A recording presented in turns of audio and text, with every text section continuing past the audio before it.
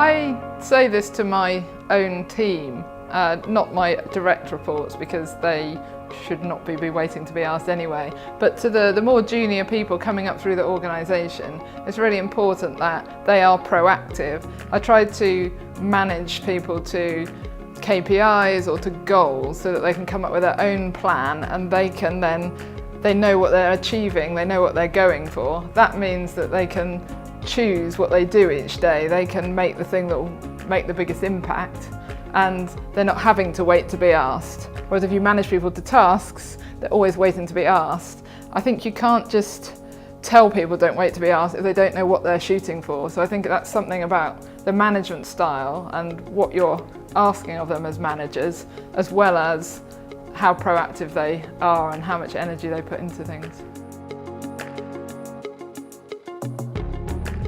For me, I actually count a lot on others. I think that, there are going to be so many challenges on the path in a long career that you can't do it alone. So I think, make sure that you have a great support network of mentors, a sponsor, a posse, sort of your peers, who are there to cheer you on when things are going well, to pick you up when you're having a bad day or you're sort of, like facing a challenge that you don't know how to get over, and a team that you can count on. Because you know what?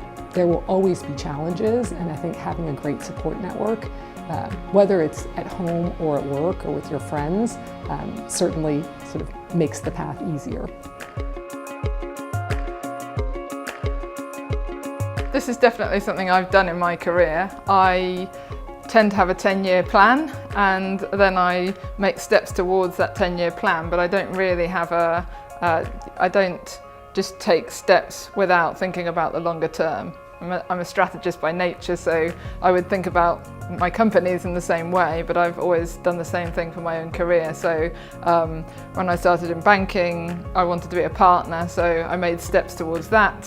When I decided to go into a corporate, I wanted to be CEO, so I made steps towards that would take me on that journey. So very much, the strategic view, having the vision of where you want to go and then making steps towards that to achieve it. That's definitely how I think you get to places.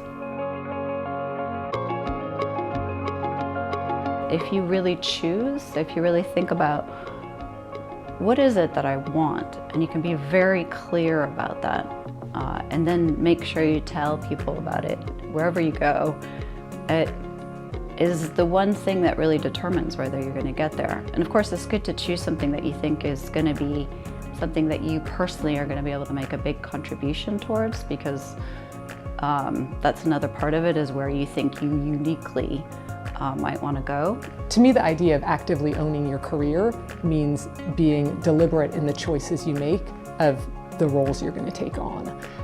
And someone once told me that when you're deciding what role to take on, you should think of a 2x2 matrix.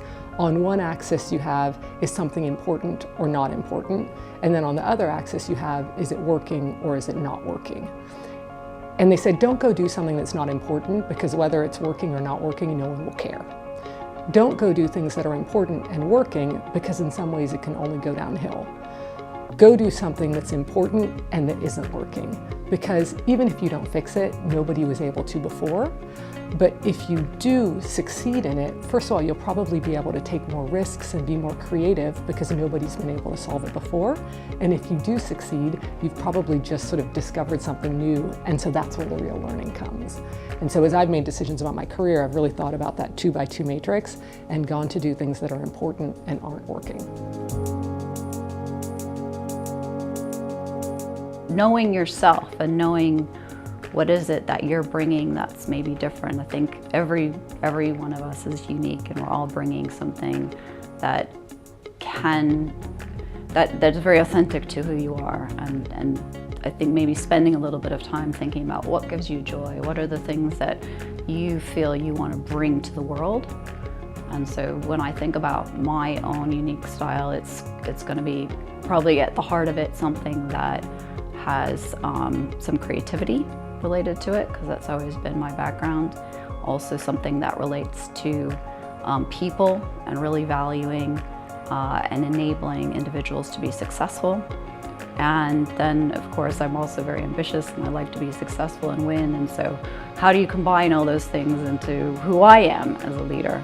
And so when people are looking for my flavor of CEO, they'll come to me and they'll say, let's look at Celia Francis. They might need somebody else for a different kind of a role, and I won't be the right person for them, but I think you can create your own brand identity that can be very helpful in your career.